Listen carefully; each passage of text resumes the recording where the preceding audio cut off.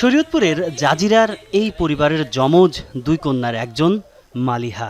হামাক্রান্ত হবার পর তাকে বাঁচানো যায়নি। প্রথমে উপজেলা স্বাস্থ্য কমপ্লেক্সে চিকিৎসা, অবস্থা খারাপ হলে পাঠানো হয় ঢাকায়, কিন্তু শেষ রক্ষা হয়নি।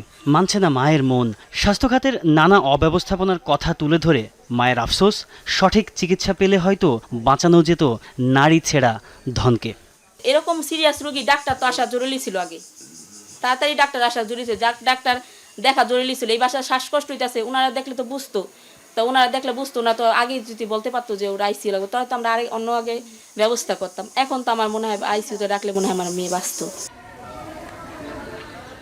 একটি ছোট কবর, আর তার পাশে দাঁড়িয়ে নিঃশব্দে ভেঙে পড়া একটি পরিবার।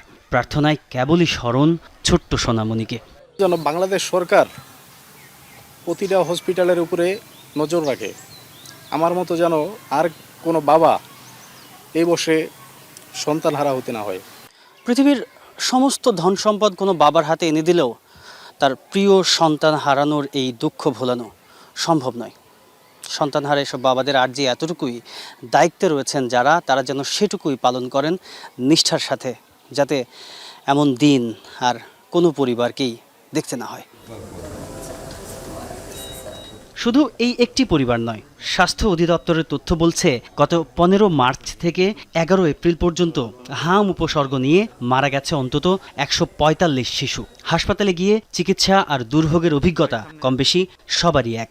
ডাক্তারে কয়বার ডাকছি, ডাক্তার নাই, নার্সেরা ঘুমায় রয়েছে, 2টা নার্স থাকে রাত্রে, নার্সের সংখ্যা খুবই কম। তারপর নার্সে করে ডাকছি যে ম্যাডাম আমার বাবু এরম মরতেছে, কইতাছে এমন করবোই, ডাক্তারের লেগা করে আমার দমক মেরা দেয়।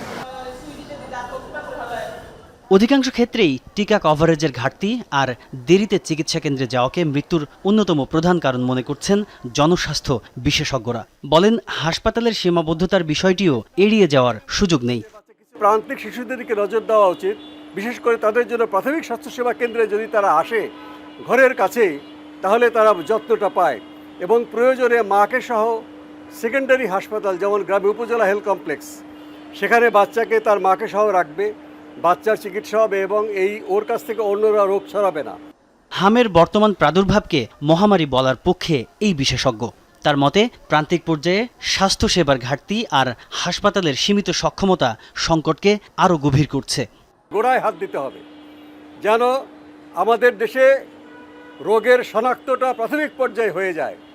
সেটা হামের কথাই বলুন বা ব্লাড প্রেশারের বলুন বা ডায়াবেটিস বলুন, প্রথম পর্যায়ে শনাক্ত হতে হবে ওই প্রাথমিক স্বাস্থ্যকেন্দ্রে।